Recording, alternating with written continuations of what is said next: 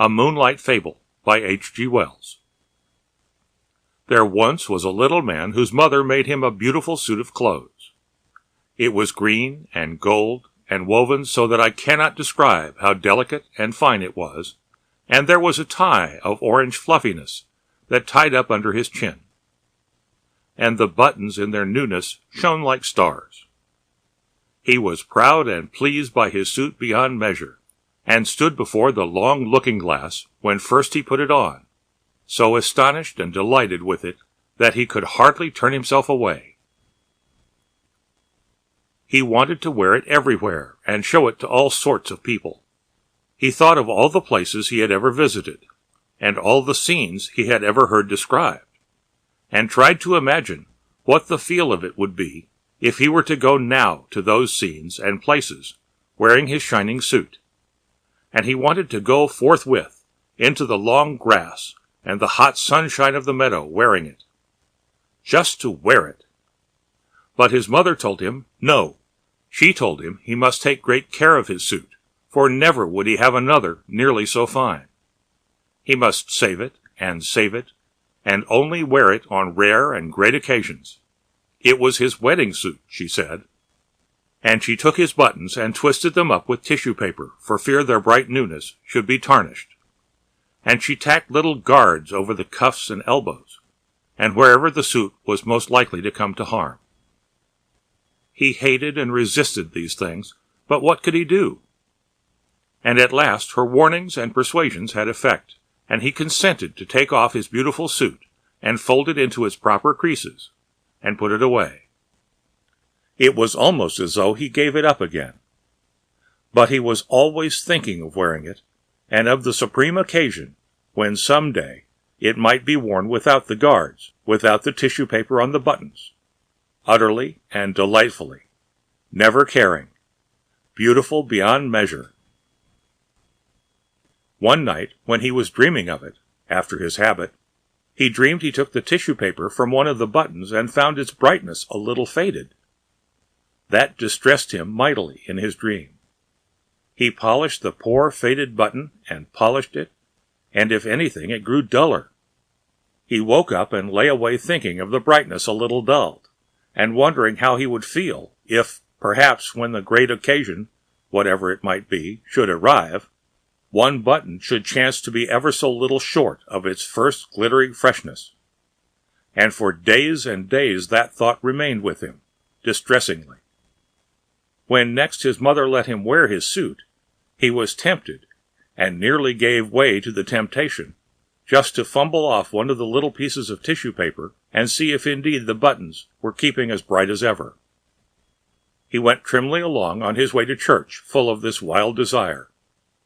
For you must know his mother did, with repeated and careful warnings, let him wear his suit at times, on Sundays, for example, to and fro from church, when there was no threat of rain, no dust, nor anything to injure it, with its buttons covered, and its protections tacked upon it, and a sunshade in his hand to shadow it if there seemed too strong a sunlight for its colors.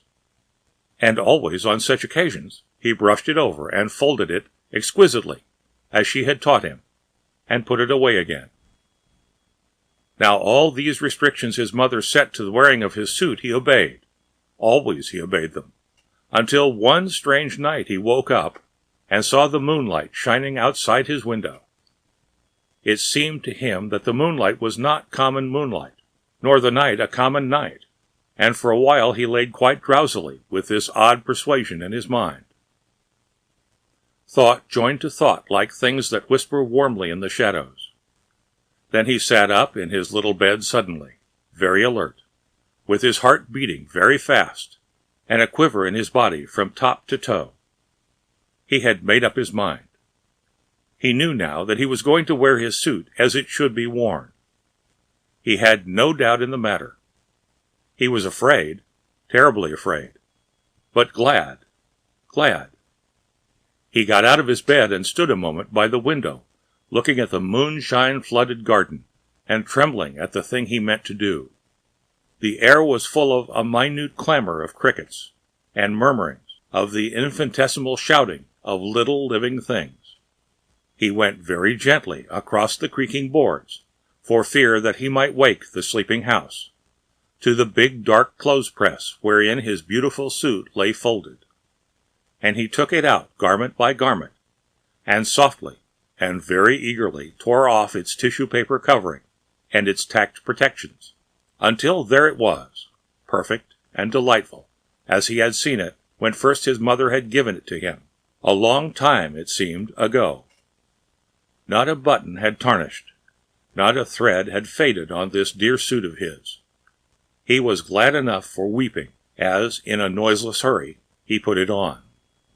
And then back he went, soft and quick, to the window, and looked out into the garden, and stood there for a moment, shining in the moonlight, with his buttons twinkling like stars, before he got out on the sill and, making as little of a rustling as he could, clambered down to the garden path below.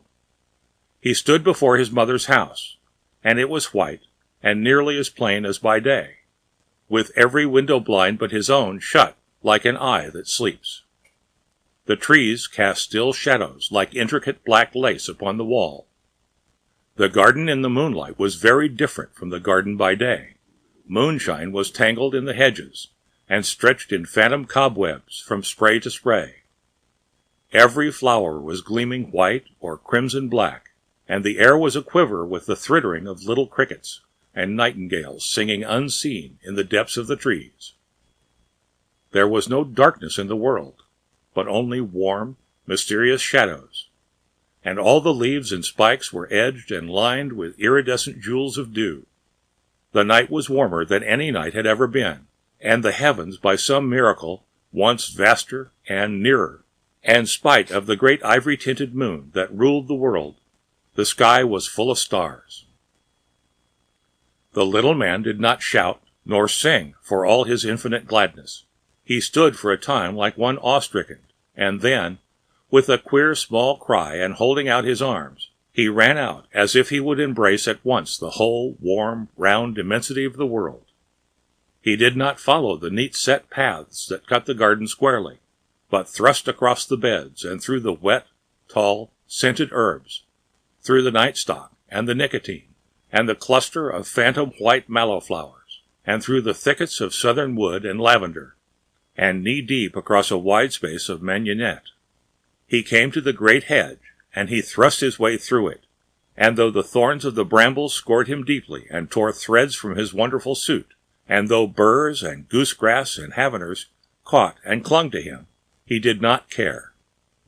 He did not care, for he knew it was all part of the wearing for which he had longed. "I am glad I put on my suit," he said. "I am glad I wore my suit." Beyond the hedge he came to a duck pond, or at least to what was a duck pond by day. But by night it was a great bowl of silver moonshine, all noisy with singing frogs, of wonderful silver moonshine, twisted and clotted with strange patterns, and the little man ran down to its water, between the thin black rushes, knee-deep and waist-deep, and to his shoulders, smiting the water to black and shining wavelets with either hand, swaying and swirling wavelets, amid which the stars were netted in the tangled reflection of the brooding trees upon the bank. He waited until he swam, and so he crossed the pond and came out on the other side, trailing, as it seemed to him, not duckweed, but very silver in long, clinging, dripping masses. And up he went, through the transfigured tangles of the willow herb and the uncut seeding grass on the further bank, and so he came glad and breathless into the high road. "I am glad," he said, "beyond measure, that I had clothes to fit this occasion."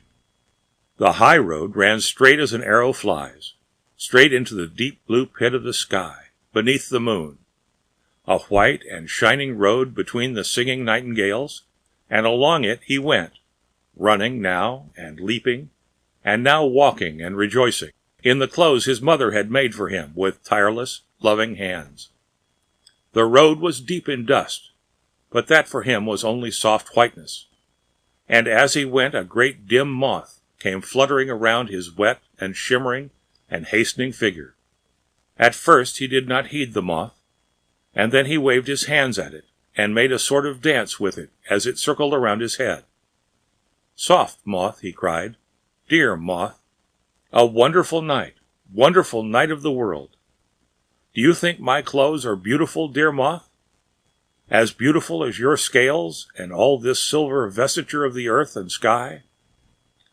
The moth circled closer and closer, until at last its velvet wings just brushed his lips. The next morning they found him dead, with his neck broken, in the bottom of a stone pit, with his beautiful clothes all bloody and foul and stained with duckweed from the pond. But his face was a face of such happiness that, had you seen it, you would have understood indeed how that he had died happy, never knowing the cool and streaming silver for the duckweed in the pond.